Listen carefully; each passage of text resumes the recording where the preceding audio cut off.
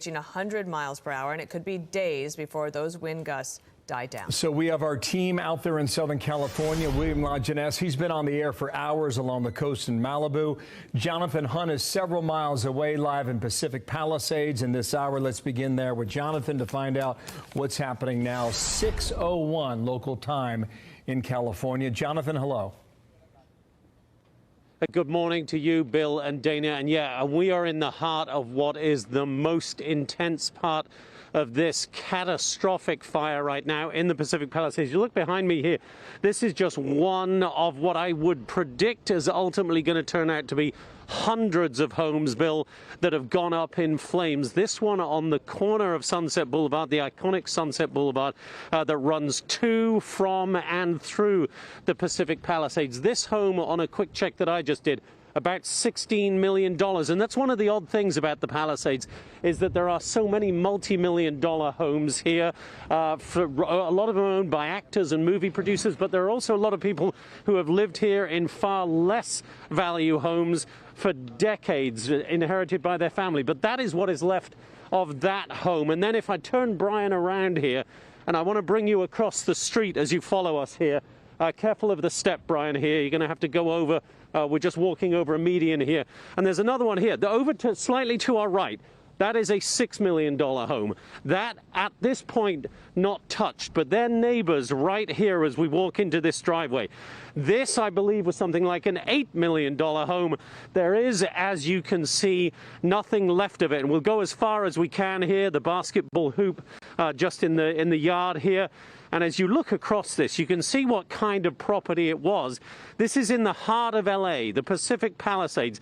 This is really, really expensive real estate, and every inch of that completely and utterly destroyed. So far, this fire has burned around 3,000 acres, we are told. And frankly, as we drove in this morning, Bill and Dana, it doesn't look like firefighters really have much of a grip on the fire itself. As I look down the street here, I can see in the distance more and more homes burning. At the moment, this remains, while they're trying to save any property they can, but their biggest priority right now is saving lives, and that's what they've been trying to do for some 18 hours or so now since this first started.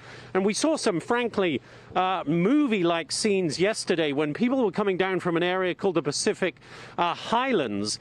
There's one road in there, one road out, and those people were desperately trying to get out. A lot of them simply could not move their vehicles because there was so much traffic. They got out and just ran for their lives with their children, with their pets. You can imagine how terrifying that would have been for anybody. And they just abandoned those cars. The fire trucks then had to move in, bulldoze all those cars out the way as another fire truck comes across our view line here, and just try to get access to everybody. So this, I heard you say in your intro that this could be catastrophic. I would tell you it already is catastrophic. And as I say, I think by the end of this, we are going to see numbers in the hundreds in terms of residences destroyed, businesses destroyed.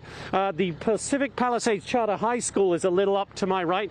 That's where my 17-year-old daughter is supposed to be graduating this year. That was on fire last night. We have not got an update from officials as to whether it's been completely destroyed. But that's 3,000 students go to that school. Thankfully, they were not back from their winter break because it's a charter school. They don't go back to next week. But so many families right across miles and miles of this iconic L.A. neighborhood living in terror for the last 24 hours, Bill and Dana. You know, Jonathan, so many remarkable things in the past 12 hours alone, and you referred to one of them. And that's with this traffic jam where they have to bring in that bulldozer and move abandoned cars out of the way. Yeah, amazing stuff. Never heard of this before. When it comes to fighting the fire, if the winds are still high, you can't get helicopters in the air. It's hard to get fixed aircraft in the air. Maybe that happens when the sun comes up a bit later. So you're forced to fight the fire on the ground. So what is the strategy then if you've all got fire trucks there and that's your best chance? Well, you got all the you got the fire trucks coming in, doing their best they can, but with something like this, obviously, this home we're just showing you, Bill, it's too late. They just have to sit here. They have to let it burn. And if Brian can just pan up slightly here, Brian, you can see the embers flying through the air here. Now, the winds are not bad right now. It's certainly breezy, but they're supposed to pick up. And all you need are a couple of those embers to get picked up, Bill, by the winds. They land on another house, and then that house is lost too. And that is why this is just going on and on and on. You talk about the fixed-wing aircraft and the helicopters. Very difficult in the wind to get the helicopters up. Yesterday, we were getting some extraordinary scenes, though, of the fixed wings that were flying still, despite the gusty winds, out into the ocean just off of the Pacific Palisades. They were doing the water pickups in the ocean and flying back in, but obviously overnight those airdrops had to stop. We hope that come first light here within the next hour, they will be able to get back up in the air and make a real difference. But this is, I can tell you, from talking to firefighters over many years here, this is one of the toughest fights they've ever faced, because a lot of these fires we get, Bill, they're sort of out a little bit beyond the confines of Los Angeles proper. So you've got homes that are more spread out. Here, this is densely packed, and that's why this is causing so much devastation, Bill and Dana.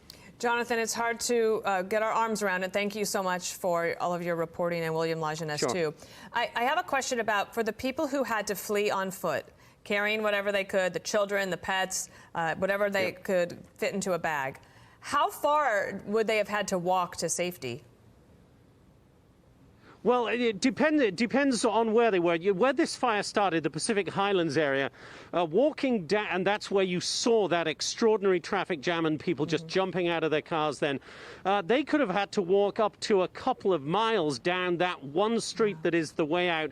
And then we saw pictures of people just arriving at the end there, finding a firefighter, collapsing into those firefighters' arms with just joy, relief, and obviously terrible sadness and fear at the same time. So it has been really difficult for anybody. My wife, who's also a reporter here in L.A., was on air last night. She had a gentleman walking up to her. She was on the beach looking back at the Pacific Palisades, and he said, "You see that fire burning there? That is my home." And he just collapsed into tears. It is so, the human toll of this is just extraordinary, Dana, when you think about these people losing absolutely everything. And again, as I say, you're talking about multi-millionaires living in multi-million-dollar homes, but also along the stretch of the bluffs of the Pacific Palisades, as they call it, there are 2 mobile home parks. One of those, I know, had something like 187 trailers in there, homes to people. I believe, from the pictures I was seeing last night, that every one of those 187 homes could be gone this morning. So when we get first light here, when we get the update, which is due at just about 11 a.m. Eastern time, I believe we are going to hear some absolutely shocking figures about the damage that this fire has done and continues to do, because these winds are going to blow through much of today here in L.A. as well, Bill and Dana. Jonathan, you be good out there. Stay safe. Keep the crews and our colleagues out there as well. Going to rely on you for hours to come. Thank you, Jonathan Hunt there in Pacific Palisades.